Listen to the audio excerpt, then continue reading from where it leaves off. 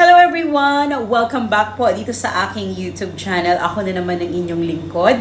Ako po si Coach Jaja Bustos, ang inyong online fertility advisor at ang inyong kachikahan pagdating sa fertility. Isang babae na nagmamalasakit sa mga babaeng nahihirapang mabuntis, may problema sa matres at sira ang regla. 5 years ko na pong ginagawa ito at 5 taon na rin po ang aking programa. Sa katunayan nga po niyan ay malapit na po tayong mag-6 na taon at nagpapasalamat ako sa Diyos na binigyan po ako ng ganitong kakayahan para maipalaganap ang aking mga message, ang aking mga tips at ang aking mga advices na experience-based din po. So hindi lang ako ang nakaranas nito, marami po. Lalo na sa mga naging member po ng aking programa at ina-apply ko po ito sa mga kababaihan na nagkakaroon din ng problema sa matres. Baka sakali po na itong ibinibigay kong mga tips, mga ideas, mga knowledge, mga kaalaman na binabahagi or sinishare ko po sa inyo ay baka sakali na makatulong din po ito sa inyo. Lalo na po doon sa mga walang pampa-check up. So, di ba, hindi naman kasi lahat ng tao ay merong pera para magpa-check up. So, kung sakali man na hindi pa kayo handa at wala pa kayong panggastos, baka sakali po na ito pong mga tinuturo ko sa inyo ay makatulong po. So, disclaimer lamang bago po tayo magsimula sa ating topic ngayon sa video na ito ay gusto ko lang sabihin ako po ay hindi espesyalista at hindi din po ako doktor. Hindi rin po ako nag-aral ng medisina. Although yung husband ko is nurse, so of course, maliban po sa konting kaalamang medical na itinuturo namin, hindi lang po kami nakarely doon dahil ito pong mga binabahagi namin sa inyo ay katulad ng sinabi ko po, ito ay experience-based lamang. Ayun lang po. So disclaimer po yan bago po tayo magsimula. Nasa sa inyo po kung susundin ninyo itong aking mga tips, itong aking mga sinishare po na ideas. Okay, so mag-start na po tayo ngayon. So, ang topic po natin ngayon mga kamamshi ay patungkol sa hormonal imbalance.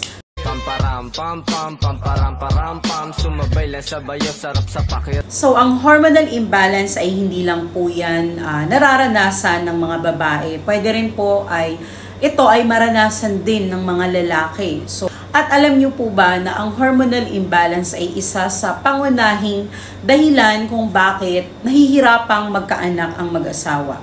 Lalo na po sa babae. Kaya po nahihirapan siyang mabuntis, pwede na ang main cause or yung pinaka-dahilan nito ay ang pagkakaroon ng hormonal imbalance. So ano ba yung tinatawag nila na hormonal imbalance mga kamamshi? Ito pong hormonal imbalance, ito po yung kalagayan na pwedeng maranasan ng isang individual, ako kahit sino po sa atin ay pwedeng makaranas nito, lalo na kapag yung hormones po or yung messenger sa mga dugo natin, sa mga ugat natin, dumadaloy sa ating mga balat, sa buong katawan ng isang tao. Lahat po ng mga parte ng katawan natin sa loob ng ating mga katawan, bago po makarating ang mga sustansya na kinakain natin, dumadaan po yan sa tinatawag nilang hormones. So, siya po yung nag-deliver ng mga sustansya sa loob ng ating katawan. Halimbawa, hindi ako kumakain.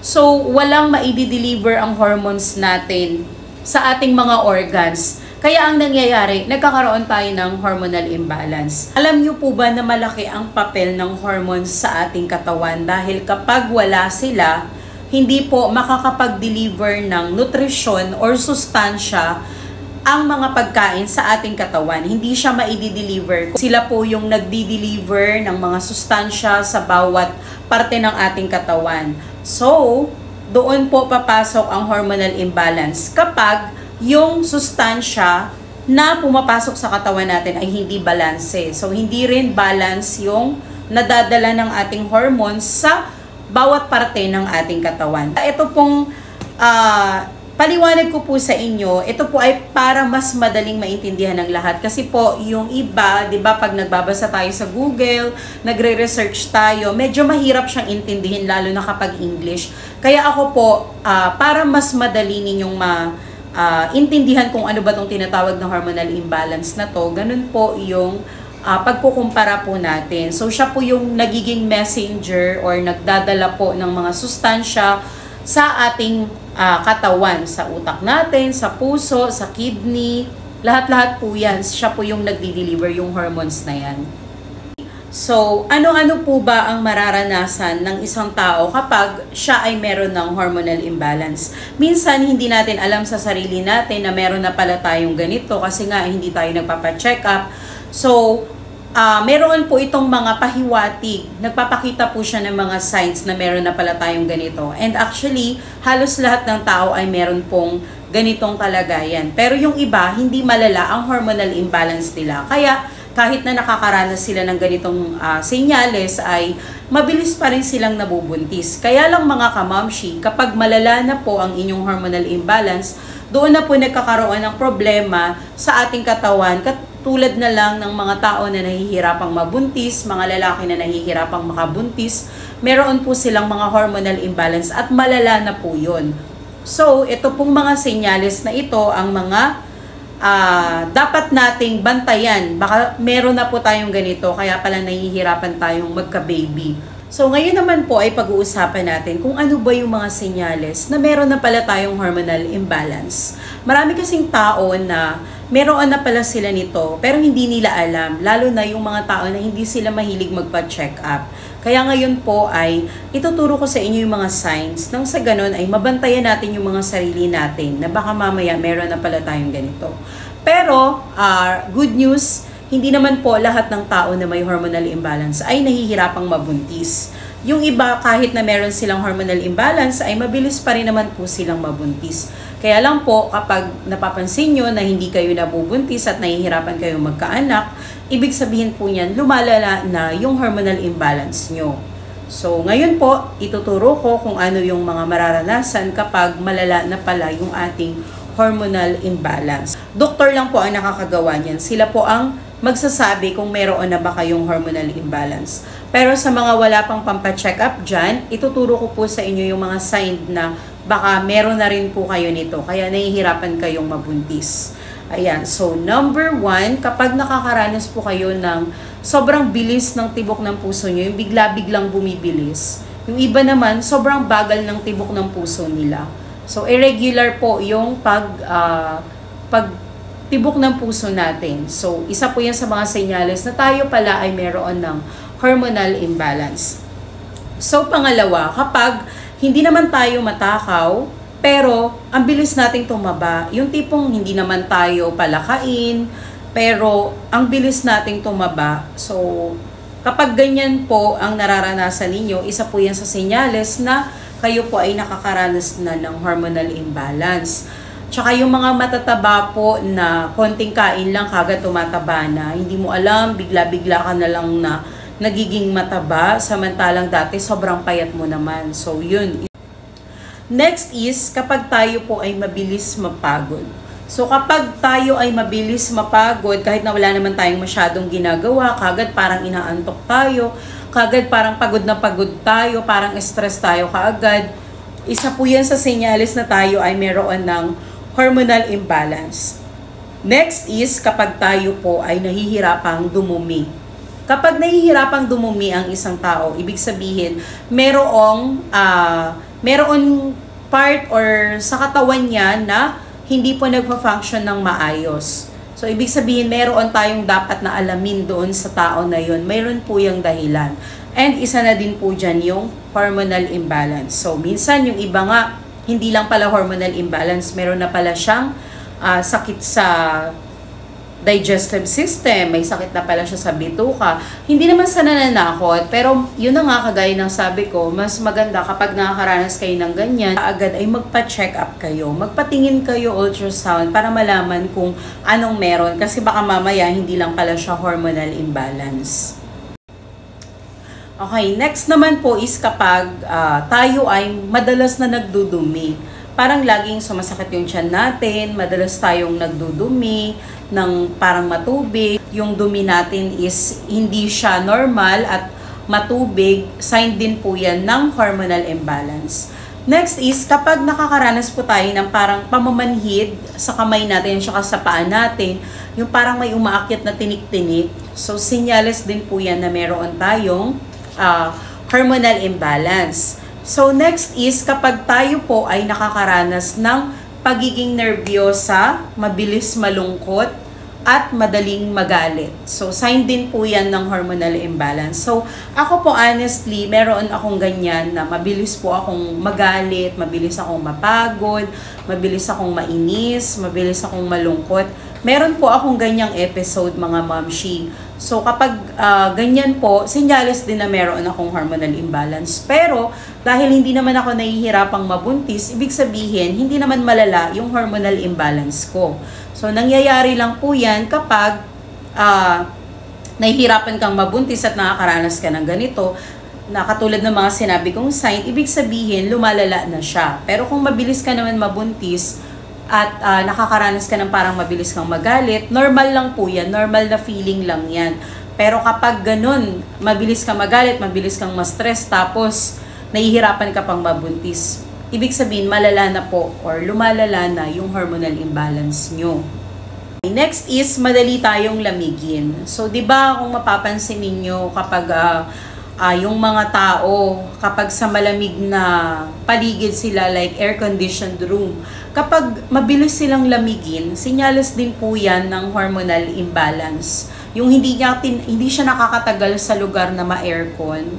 Kapag ganun po ang nararanasan ninyo, senyales din po yan na meron kayong hormonal imbalance. Next is, kapag yung balat is dry, so 'di ba usually yung balat ng tao is smooth siya. Kasi sa akin, pag ginanyan mo, hindi man ako mahilig mag-lotion, pero smooth siya. Pero pag yung isang tao, hindi siya naglo-lotion, kahit nag-lotion na siya, is parang makaliskis yung balat niya at parang dry, sign din po yan ng pagkakaroon ng hormonal imbalance. Next po is kapag nahihirapan tayong matulog, sign din po yan ng hormonal imbalance. At kapag mabilis tayong ma-allergy, like bigla-biglang may lumalabas ng mga allergies sa mga kamay natin, yung mga parang mga breakout, namumula, rashes, yan. Nakakaranas tayo ng mga breakout sa skin natin, like pimples, allergy, mga ganyan. At ito pa, kapag po nasisira ang regla ng isang babae, hindi siya normal, like ngayong month, niregla siya, next month, hindi na naman, next month, niregla ulit siya, then alternate na hindi siya nireregla. At yung iba naman, 6 na buwan, hindi pa rin nireregla. Yung iba naman, patak-patak yung regla niya. Tapos yung iba, hindi tumitigil ang regla. Basta nasisira ang regla natin, mga mamshi, malakas na ebidensya po yan na meron tayong hormonal imbalance. And, lalo na kapag nakakaranas tayo ng kawalang gana sa pakikipagdo sa ating mga partner. Mapalalaki o babae, kapag nararanasan nyo, nawawalan kayo ng interes sa pakikipagdo or pakikipagtalik sa inyong mga partner, ibig sabihin po yan ay meron kayong hormonal imbalance. Kasi hindi po normal sa isang tao na ganun siya. So kapag nagkakaroon siya ng less interest sa pakikipagtalik sa kanyang asawa, ay senyales din po yan. At eto na nga mga kamamshi, bakit ba kasi nagkakaroon ng hormonal imbalance? Ano nga ba yung dahilan? So marami po ang dahilan bakit nagkakaroon ng hormonal imbalance ang isang tao. So number 1, habang nagkakaedad tayo, dahil nga po yung pag-function ng mga organs sa loob ng katawan natin is tumatanda na or nagkakaedad na. Syempre, habang tumatanda ang tao, hindi naman tayo forever young. So, kapag tumatanda tayo, ibig sabihin, yung mga organs natin, pahina siya ng pahina. Kaya kapag nagkakaedad tayo, lumalakas din yung hormonal imbalance natin dahil nga may mga organs tayo na hindi na siya nagpa-function ng maayos. Pangalawa, sa lifestyle, sa kinakain po natin, tumatanda na nga tayo, tapos yung kinakain natin is hindi pa masustansya. Yan po ang number 1 din na cause or dahilan kung bakit nagkakaroon ng hormonal imbalance ang isang tao.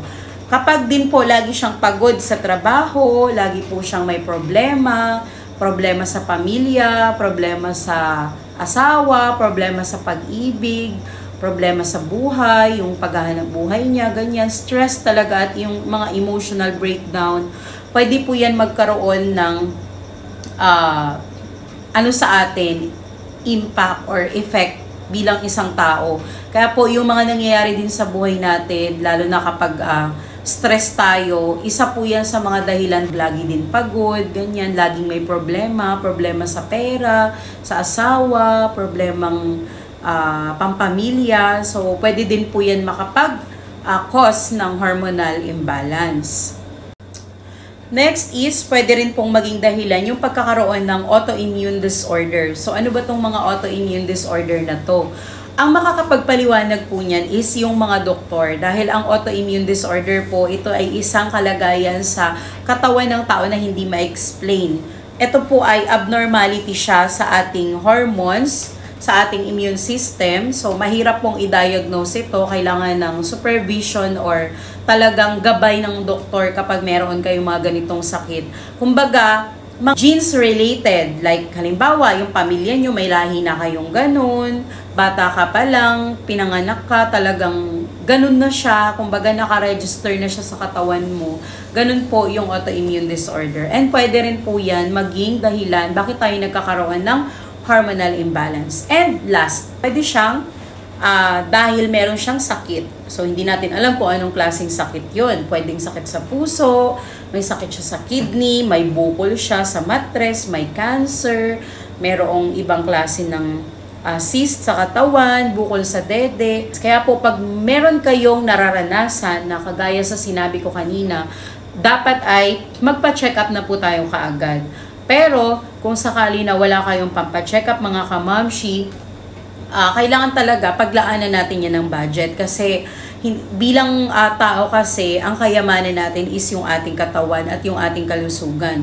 Halimbawa, nagkakapera tayo dahil meron tayong magandang trabaho. So, ang puhunan natin is yung ating katawan. Ngayon, kung hindi po tayo magtatrabaho, kung hindi po natin yung katawan natin is hindi natin naalagaan, hindi tayo makakapagtrabaho. At the same time, hindi tayo makakagawa ng pangkabuhayan natin, hindi tayo magkakapera, di ba? Kaya nga po sabi nila, health is wealth. Kaya pag meron tayong naranasan na ganyan sa katawan natin, mahalin natin ang sarili natin. At lalo na doon sa mga nahihirapang mabuntis at wala pang anak, syempre dahil nga sa wala pa tayong responsibilidad, porket wala tayong responsibilidad is okay na. Diba? Kaya nga po tayo gustong mabuntis ay dahil gusto nating magkaanak. Kaya pag nakakaranas tayo ng ganyan, paglaanan po natin ng panahon at oras. Kasi kung yung mga luho nga natin at yung mga pagkain na gusto nating kainin ay nabibili natin. So, yung pagpapatingin po sa doktor ay dapat pinaglalaanan din po yun ng panahon at oras. Kasi mahirap po kapag malala na kung kailan wala ng oras at wala ng solusyon ay dun pa tayo kikilos, 'di ba? So yun lang po yung ma-advise ko po sa inyo ngayon, lalo na po doon sa mga nahihirapang mabuntis. Kasi yan po talaga ang number 1 na dahilan bakit nahihirapan tayong magkaanak. Dahil po yan sa hormonal imbalance. Kaya habang maaga ay kailangan matreat na natin siya kaagad. So, para po mas mabilis. At alam nyo po ba dito sa programa namin, kapag may hormonal imbalance ka, meron po akong pinapainom na mga herbal. Pero mga mamshi, mas maganda kung bago po kayo sumali sa programa ko ay nakapagpa-check up na rin kayo. Kasi kapag alam na po namin yung dahilan kung bakit kayo nahihirapang mabuntis, ay mas madali po namin kayong matutulungan. Kaya nga po, meron kaming assessment na tinatawag bago po kayo makasali sa aming programang pampabuntis. Kaya po, ang dami naming natutulungang mabuntis kasi talagang tunay na may malasakit po yung aking programa. Hindi lang basta benta, hindi lang po yan ang focus namin. Talagang nag-a-assess kami. At kung hindi na namin kaya, syempre, sasabihan namin kayo kaagad. Hindi naman po kami ganun na kaagad ay kahit hindi namin kaya ay papaasahin namin kayo. Yun lang po. So kung gusto nyo pong magpaalaga dito sa aking programa para sa mga nahihirapang mabuntis na may hormonal imbalance ay welcome po kayo. Pero, reminder ko lang, ayan, so notice to the public, bago po kayo magpaalaga sa akin, mas maganda kung meron na rin kayong record sa doktor. Yun lang po. Once again, ako po si Coach Jaja Bustos at sana ay marami kayong natutunan sa aking video ngayon. Thank you so much and thank you for watching.